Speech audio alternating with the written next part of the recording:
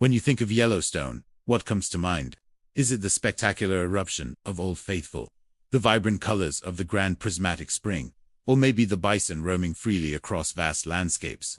For many, Yellowstone is a place of breathtaking beauty and immense power, a supervolcano that captivates and, let's be honest, slightly terrifies us. The big question always seems to be, when will it blow? But what if I told you the most fascinating story of Yellowstone is about the next big one, but about the countless small events happening every single day, right beneath our feet? Today, we're going beyond the sensational headlines and diving deep into the unseen world of Yellowstone. We're going to explore the constant, subtle, seismic activity, the minor eruptions and ground movements that are the true pulse of this geological giant. This isn't a story of impending doom. It's a story of a living, breathing volcano, and understanding its daily rhythm is far more important than just waiting for a cataclysm. So, forget the Big Bang for a moment, and let's uncover Yellowstone's daily pulse. First, let's debunk a common myth, the idea that Yellowstone is dormant or sleeping. Nothing could be further from the truth. The term supervolcano often conjures images of a single, massive chamber of magma just waiting to explode. The reality is much more complex and, frankly, much more interesting. The Yellowstone caldera is not just sitting there. It's constantly shifting, breathing, and deforming. Scientists record between 1,000 and 3,000 earthquakes in the park every year. Most are too small for anyone to feel, but they are crucial indicators of what's happening below. These are not signs of an imminent eruption, but rather the signs of a very active and dynamic system. Think of it like a pot of water simmering on a stove. It's not boiling over, but there's a lot of energy moving around. So what's causing all this activity? Deep beneath the surface, a massive plume of hot rock from the Earth's mantle rises, feeding the Yellowstone system with heat. This heat melts rock, creating pockets of magma, and superheats water, creating the hydrothermal features we love, like geysers and hot springs. But this process isn't smooth. It involves rock fracturing, fluids moving through cracks, and the ground itself swelling and sinking. These tiny shifts, these minor events, are what we're talking about. They are the release valves of the supervolcano, letting off steam and pressure in a continuous, manageable way. Let's take a look at what this actually looks like. Imagine we could peel back the layers of the earth beneath Yellowstone. What we'd see isn't one giant pool of lava. Instead, it's more like a sponge. There are two main magma reservoirs. The first, a shallower one, is about 5 to 17 kilometers deep and contains a mix of molten and solid rock. Below that, there's a much larger and deeper reservoir, between 20 and 50 kilometers down. This deep reservoir is the primary heat source.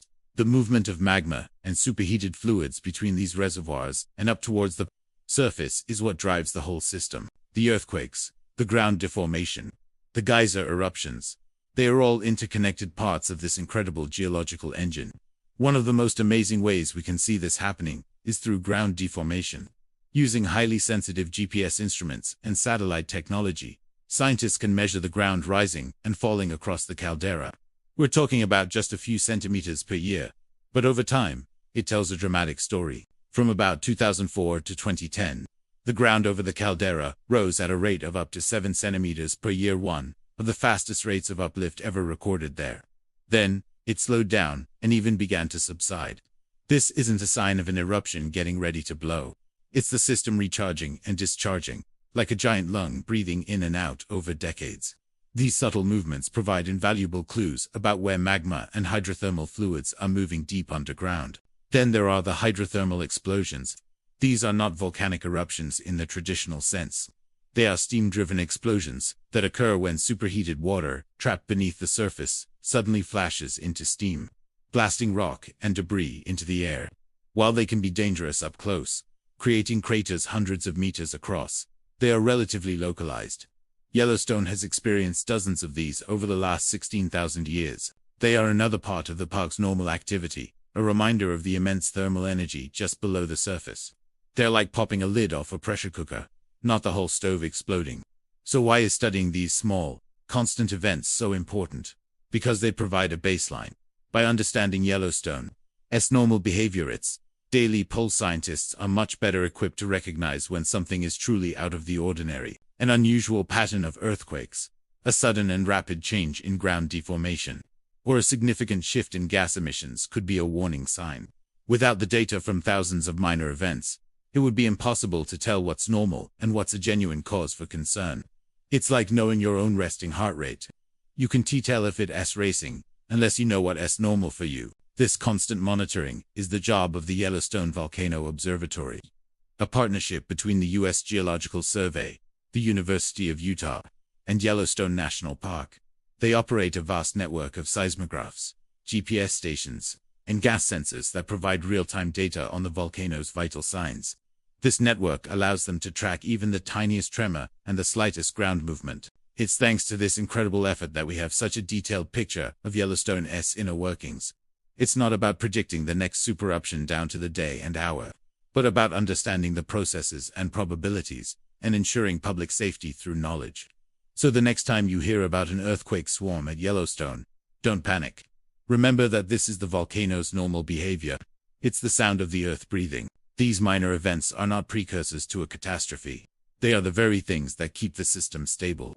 They are the unseen, unsung heroes of the Yellowstone story. By focusing on this constant, subtle activity, we gain a much deeper and more accurate appreciation for one of the most dynamic places on our planet. It's a reminder that the biggest stories are often told in the quietest moments, not just in the loudest bangs. Yellowstone isn't just waiting for its next big moment. It's living and changing every single second. And that, in itself, is a spectacle worth watching. Thanks for joining us on this deep dive into Yellowstone's hidden world. If you found this as fascinating as I do, make sure to hit that like button and subscribe for more explorations into the wonders of our planet. Let us know in the comments what other geological mysteries you'd like us to uncover. See you next time.